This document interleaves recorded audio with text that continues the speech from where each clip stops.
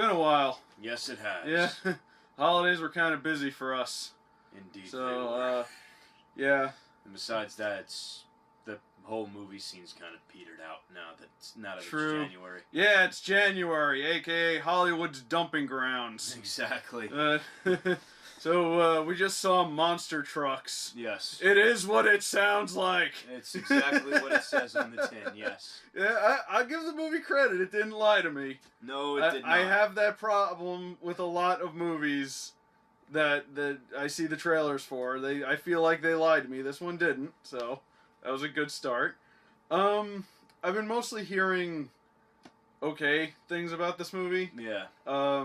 Some people say it's just kind of serviceable, but nothing spectacular, which it kind of was.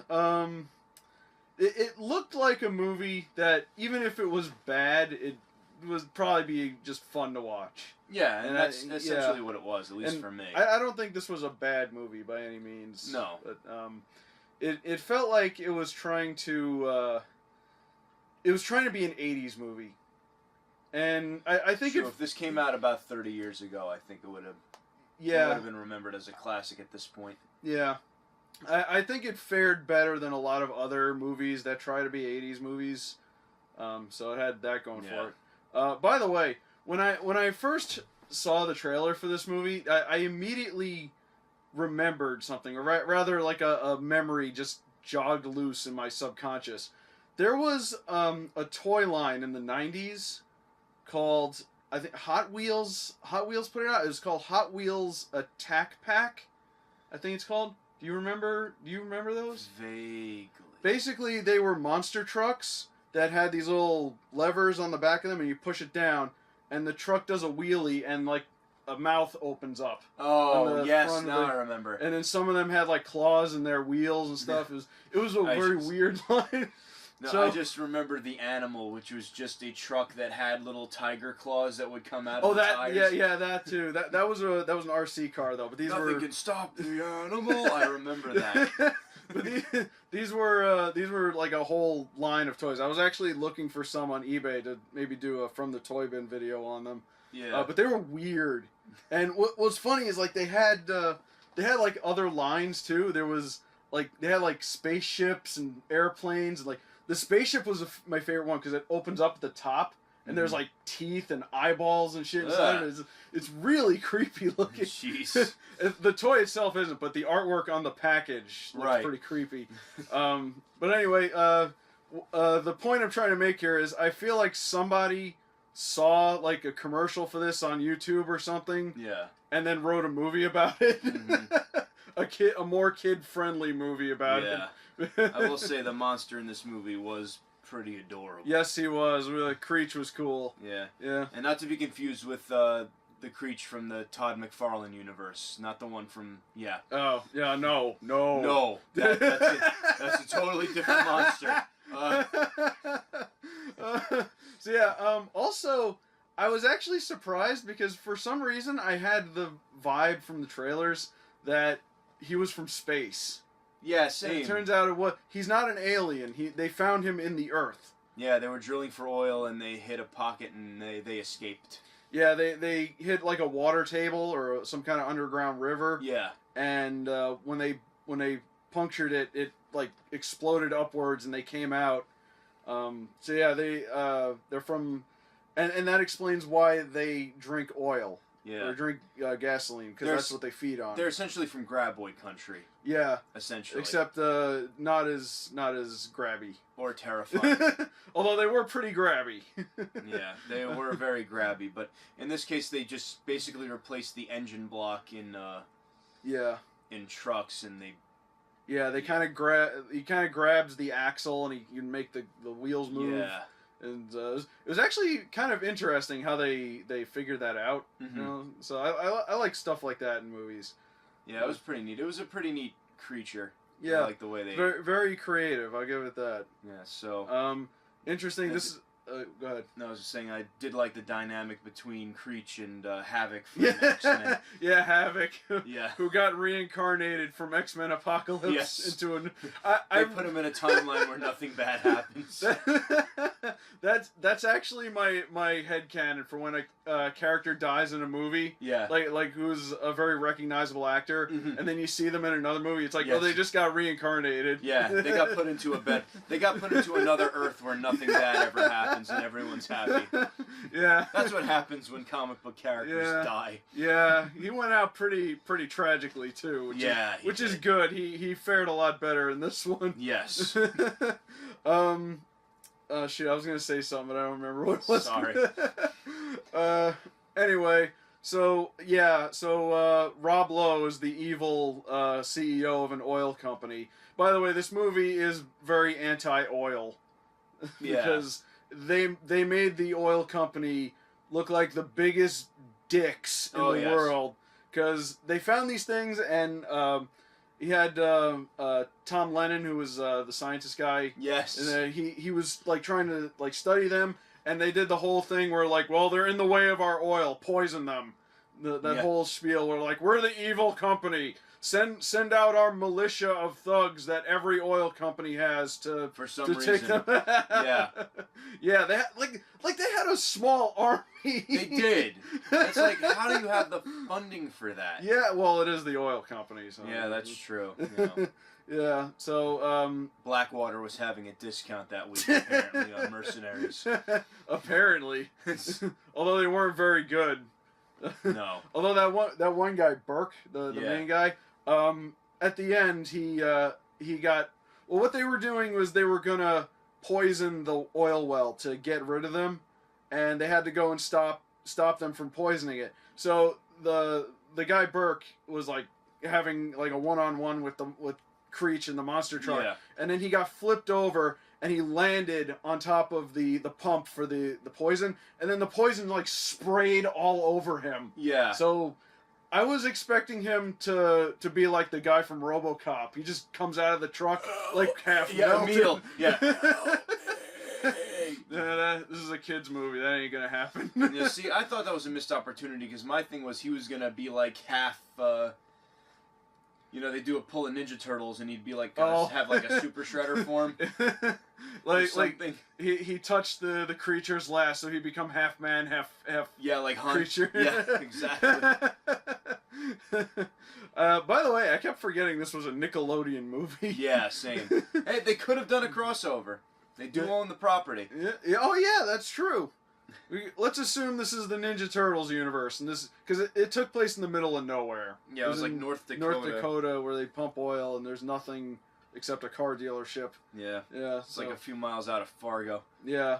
Yeah, but I was I like I said, I forgot this was a Nickelodeon movie, and I was trying to figure out like what other movies Nickelodeon has done.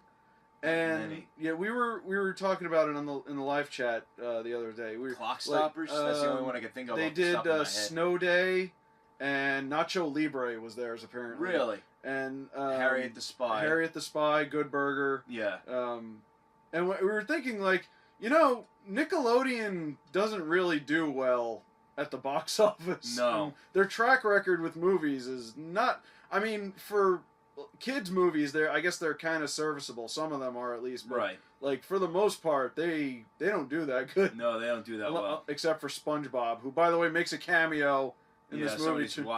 Somebody was watching SpongeBob. One of the police officers, actually, were.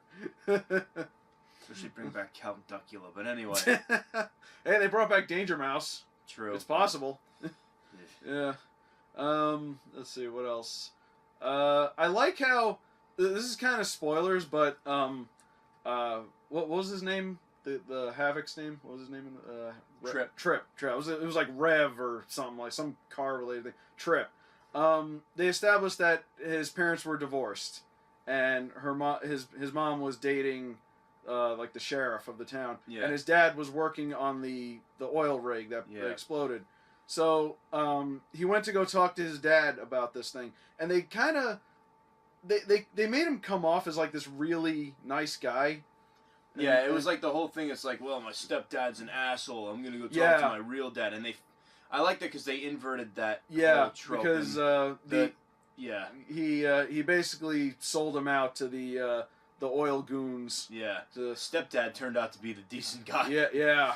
Which is I gotta admit I didn't expect that. Yeah, neither did I. You don't see that very often, because that's a trope they kind of twisted on us. Mm-hmm. There was a lot of destruction in this movie. Yes, there and was. apparently no one was held accountable for it. No. Yeah, that's true. When they first took Creech out for a test run, how many cars did he hit? Oh, when they fed him gasoline, not realizing there were chemicals that made him hyperactive. Yeah, so he caused a lot of property damage. They drink oil, so I guess gasoline would be like, I don't know, Cuban coffee to him or something. Pixie sticks.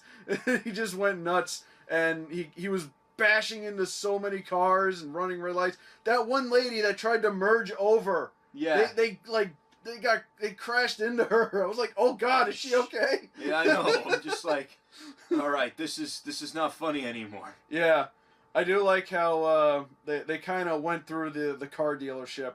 Yeah, and there was no repercussions for that. Exactly. Although basically this movie's logic is, if you're a dick, you deserve it, because they showed like the salesman. He was like, watch me sell a lemon to this old man, and then suddenly he came and crushed all the cars. And then you never see him again. Yeah. And then he like crashed into a paint car or something, and then paint flew on the dealer, and it was that whole moment where like a bad guy gets his comeuppance. He's like, damn you kids! Curse you, irony! Yes. Damn it! I got my comeuppance. I guess I'm a good guy now. Yeah. You never see him again. No, there's a lot of characters like that in this movie. That like they show up for a little while, and then maybe they'll show up again later, and then poof! Yeah, like that redheaded kid that kept wanting to hang out with him. Yeah, he only showed up one other time, and then that was it. Yeah, he was like trying to hang out with him and everything, but then they needed the dealership for like so they can customize the truck so everybody can get out of there. And I like that the girl was like after this you really got to hang out with him. Yeah, exactly. Speaking of which, I think it was nice to see Jane Levy in a non-horror movie for once. Yeah. Where she's not being possessed by evil tree spirits or, trying to get knocked up by an old man with a turkey baster. Anyway. Oh, God. Yeah. I forgot about that.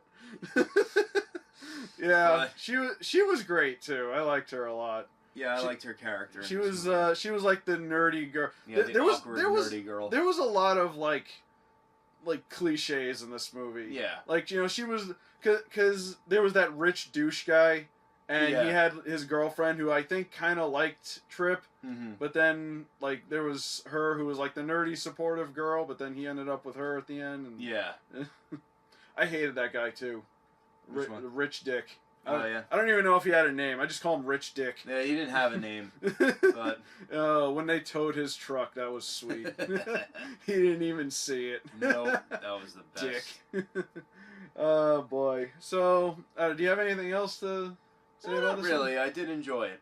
I did, too. There's not really much to say. I did, too. It was a lot of kids in the audience, and they were having... we saw it in 3D, because there's no showings for this movie. I know. Around There's where one we live. standard showing at 7 and another 3D showing at like 9:40. Yeah, that's pathetic. Yeah. For an opening weekend.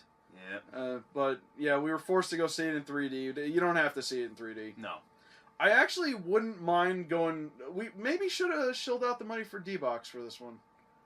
Maybe, that probably would have been. We've actually never done D-Box.